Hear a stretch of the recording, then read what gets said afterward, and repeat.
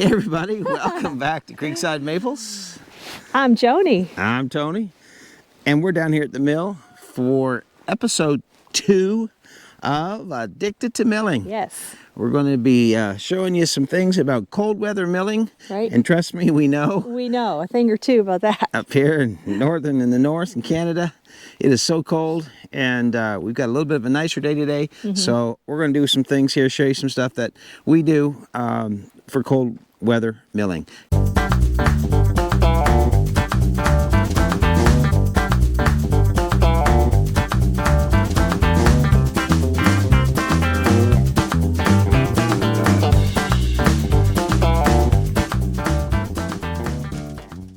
So everyone, I understand that this video may not pertain to everybody because not everybody lives in the cold north like we do.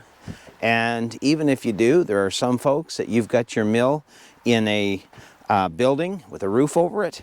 Your lumber's covered up and you don't have to worry about snow removal much and things like that because of that. But here where we are, as you can see, I do not have a roof over my mill. And so it complicates it a bit. We wanted to, sorry pup, we wanted to have the roof over it this year, but winter came early this year and we had a lot of bad weather, so we've been contending with that. So because of that, you have to know certain things about cold weather milling, your machines, because it was minus 25 here, day before yesterday. And so it gets cold. So I'm just going to show you some of the things that I do. If I forget something, feel free to throw it in there in the comments. But let's take a look at some cold weather milling. As everyone knows, a mill is a piece of machinery, and cold weather and machinery, there's certain things you have to do. Here we get a lot of snow and we also get a lot of ice and rain. So some of the things that I do to keep my mill working good, because it is an outdoor setup in the cold, let's start at the top and work down. One of the things that we do is people say, well, how do you keep your fluid, your lubrication tank from, freezing and the line from freezing? Well, there's a simple fix, and most people know this, but just get yourself some really good winter windshield washer fluid, put it into your tank, and you'll be all set. It will not freeze. So that's how we keep the lubrication from freezing. So now that the lubrication comes down here on the blade and comes out through the lubrication nipple here, you do not want a lot of lubrication coming. My wife's laughing at that.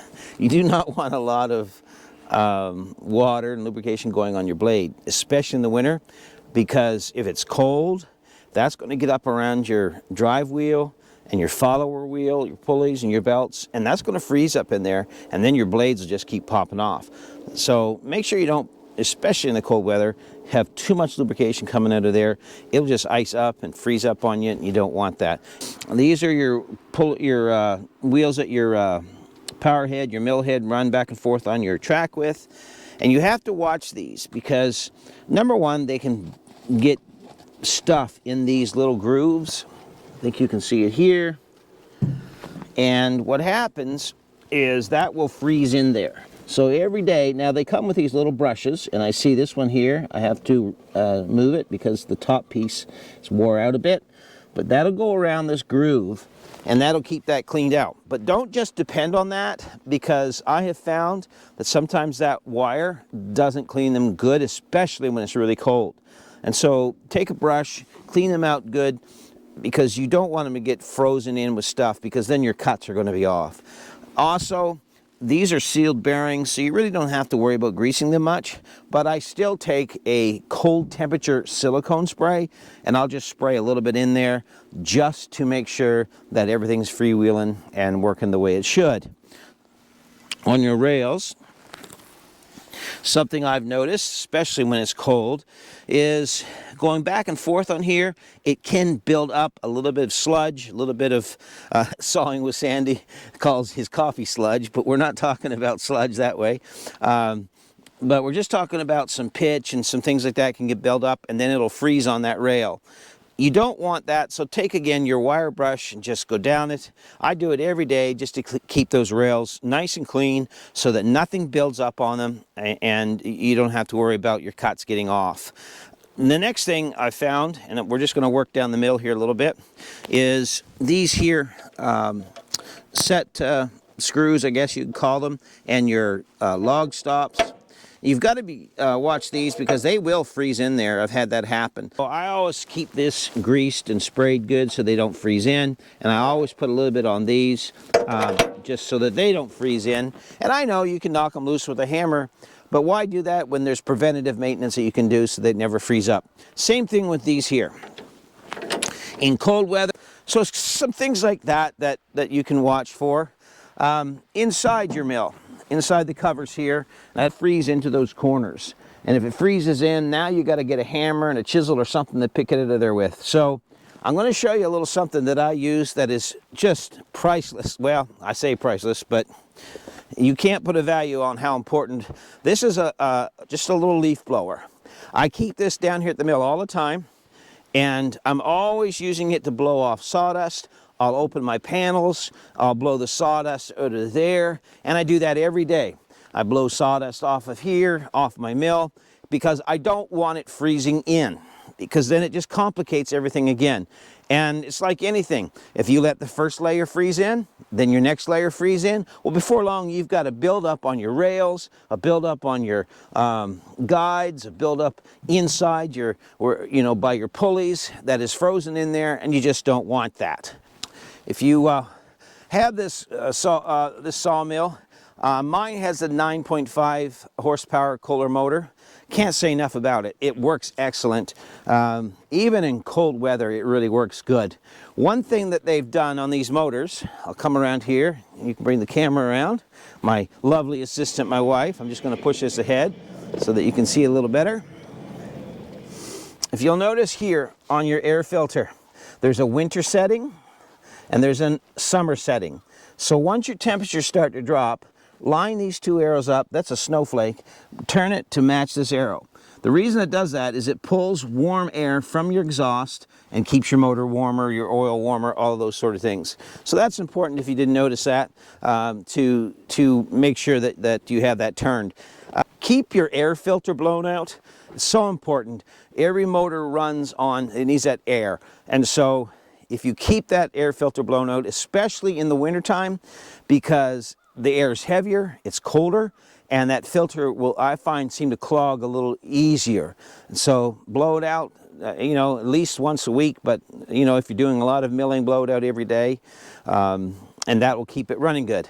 So when it comes to up and down on your crank, these designs, everyone has critiqued them, and we know the tip wears out in here and all that sort of thing. On this threaded piece right here, where that clicks around that plate, I fill this tube here with grease, and I put a little bit of grease on this plate. That saves the end. It goes around good, especially in cold weather. It just seems to work better. Now, as far as going up and down, raising the head up and down, and I've been milling this morning, so that's why I'm covered in sawdust already. But these, right here, these are Teflon guides for your mill head to go up and down on these main supports. I spray those all the time with a silicone spray. It's made for moving parts, but it's made again for cold weather, and it performs really well, and it doesn't clog it up or anything like that. It just keeps everything moving smooth, so that you can always check them. On these Teflon sliders, you can adjust these. You want to keep these tight against these adjustment rails here, these posts, because if these Teflon spacers, they wear from going up and down, and then there's a space in here, so now your mill is not connecting tightly on your uprights, and so your mill can do this, and you don't want that. It'll throw your lumber off. So make sure that those stay, close in against your posts right here. I always start my mill up and let it run on a cold day, just at idle for at least 10 minutes to get all the oil up around, get it warmed up, get it ready to go. Then what I do is I set my tension on my tensioner, and I don't just give her a razz, and I don't just hit that throttle. That band blade is cold, it's metal, and metal can snap, especially when it gets really cold. We've had some very cold weather here the last week. Minus 25 is cold, minus 30 is cold.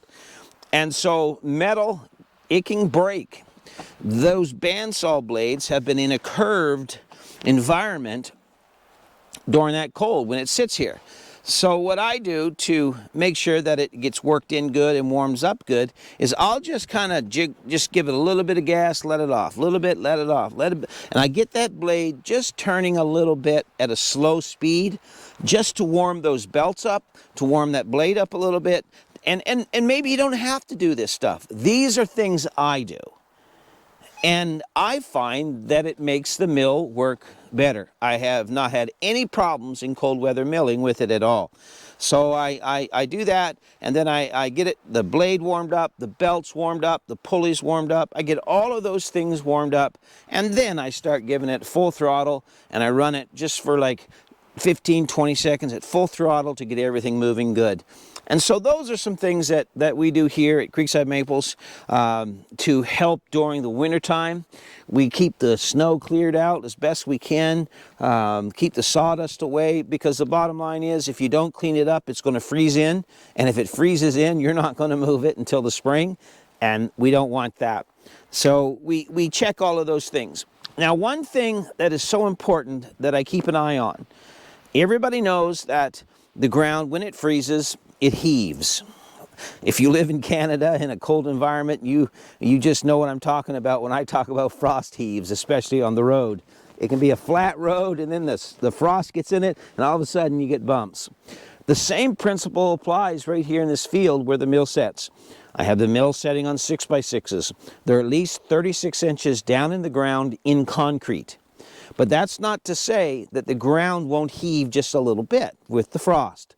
So I check my bunk regularly every week, especially if there's a huge dip in the temperature. I'll make sure I'm still level. Lengthways, side to side, I'll make sure that my blade is still the same height from every single bunk, just so that my lumber comes off of there really nice. And another thing I do, I've got a little magnetic level. You may have seen it in some of the other videos I put out. And I keep this right under here. And what I can do at a glance, I can tell whether my mill head is level or not. I don't have to always stop and slow everything down, shut it down, and put a big level on. Just at a glance, I can see if my mill head's level. And so it's out of the way, it just sits there, it's magnetized, and it's a perfect little thing to keep things going well. I have the adjustable guide arm right here. You need to keep this top of it. It'll clean off pretty good. But sometimes when it's really cold and snow can come, well, there'll be a little bit of ice that gets on that. So I keep that cleaned off. All I use on that, I just keep an SOS pad or a piece of steel wool, and I just go across it once, twice, and it's clean, and it keeps it working well. So that's basically everything I do. Change your oil in your motor, keep an eye on it. You know, make sure that that's running good. If your oil is black, it's time to change it and put new oil in it. You don't want that. Somebody asked me what we do, why I have these magnets up here. Well, when I do up lumber orders, these magnets, I can write on here the order that I'm doing, who it is, what they need. So that works really well. And that's the same magnets. There's some here just for if I want to put an extra piece of paper on there to hold it. So that's basically what I do. One other thing that I caution you on, if you're cold weather milling, is this throttle. It can freeze in this tube. A quick fix for that, get some WD-40, just take it off, fill this tube, just lay the old WD-40 in there, and if you do that, this cable will not rust, it will not stick. There's nothing worse than coming out here having this cable froze in that sleeve. And so if you spray it down, keep that lubricated inside that black sleeve, you'll never have any issues with condensation, with freezing, or anything like that. So that's kind of what we do. I hope this helps somebody. I know that's a lot of information coming at you real quick, but we're so happy that you watch our channel. All of our subscribers, thank you so much. If you haven't subscribed yet, why don't you do so? We appreciate it. It's free. It doesn't cost you anything to sign or subscribe to our channel, but it sure does help us. So if you like milling, if you like homesteading, and you like our channel, then don't forget, when you're watching the channel, watching the video, take a moment to subscribe. It really helps us so much. And share it with your friends. Hit the like button. Let us know you like it. Leave a nice comment. Hit the notification bell so you don't miss any of this good, milling. It's so fun to mill. We just have a blast down here at our sawmill. And so if you like these videos, let us know about it. Take care, everyone. We'll see you right back here at Creekside. It's soon going to be maple syrup season. We're going to be building on to the maple sugar shack. You won't want to miss that. And we're going to get the lumber from right here on our own mill. Take care. God bless. And we'll see ya. Thanks for watching.